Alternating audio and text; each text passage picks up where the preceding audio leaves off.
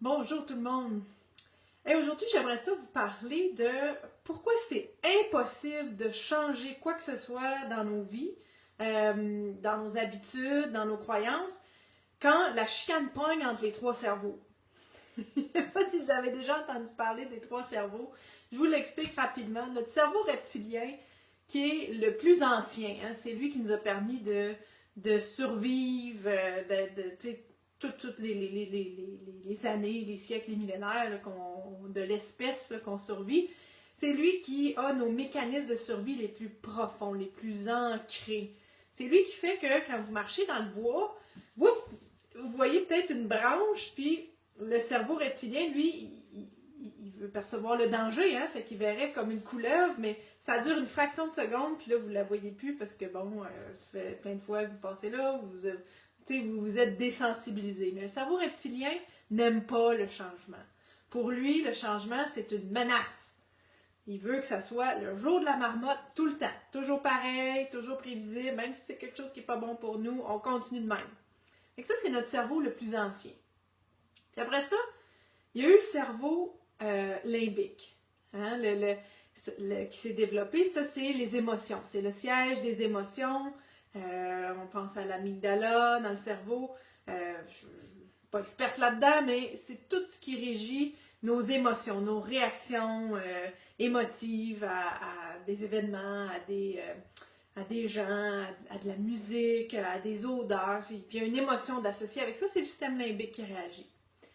Puis la couche de cerveau la plus récente, c'est le cortex cérébral qui s'est ajouté et qui gère toutes nos fonctions exécutives. Hein, c'est toutes nos fonctions les plus supérieures, là, la cognition,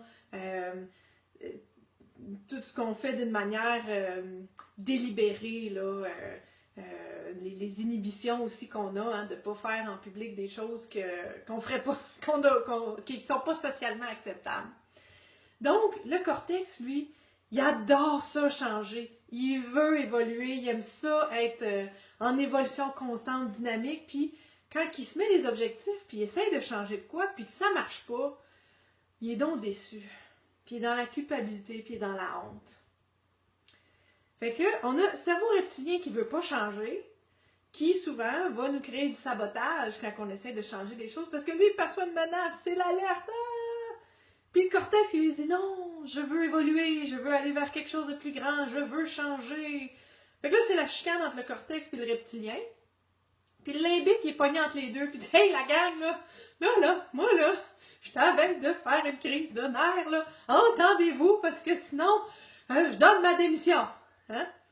Donc, quand les trois cerveaux, quand la chicane pogne entre les trois cerveaux, là, pouvez-vous voir à quel point c'est impossible de changer quoi que ce soit? C'est impossible. Ah oui, on commence, on fait quelque chose, un nouveau programme, on est donc fiers, on change des affaires, puis boum, il arrive du sabotage. Il arrive quelque chose que on est conscient, puis on l'a fait anyway, puis fou, s'envole la motivation, whoop, on retourne dans la culpabilité, dans la honte de dire ouais, moi je suis pas capable de rien accomplir, hein, c'est vraiment poche. Alors, il y a une manière de réaligner les trois cerveaux, il y a une manière de faire la paix entre les trois cerveaux, il y a plusieurs techniques qui existent. C'est une des choses que je fais en coaching par rapport au changement d'habitude, avec les habitudes que vous voulez adopter pour votre vie, pour générer de l'énergie, pour générer de la confiance. Tu sais, quand on a de l'énergie puis qu'on fait de plus en plus de choses dans notre journée, on accomplit nos projets, l'estime revient, la confiance revient, la motivation aussi.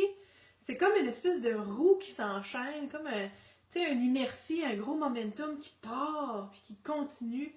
Puis c'est un pas devant l'autre. Hein? On prend pas des grosses... on prend pas des grandes enjambées, ça donne rien. Parce qu'on se tire dans le pied quand on fait ça. C'est un pas à la fois. Un pas à la fois. Comme les coureurs de marathon, c'est un pas à la fois, c'est 1 kilomètre à la fois. On fait ça ensemble, puis on réaligne les trois cerveaux pour qu'il y ait la cohérence entre le désir de changement et le désir de sécurité. Le désir de rester soi-même, mais de s'expandre là-dedans. Fait que s'il y a quelque chose qui résonne pour vous là-dedans, ça va me faire plaisir d'être en contact avec vous. Écrivez-moi, je veux savoir c'est quoi vos zones de chicane entre les trois cerveaux? Qu'est-ce qui vous déchire un peu entre une chose puis l'autre chose, puis vous avez essayé des affaires puis ça n'a pas marché, puis où est-ce que vous aimeriez vous déprendre de tout ça? Hein, ça va me faire plaisir de connecter avec vous. À bientôt!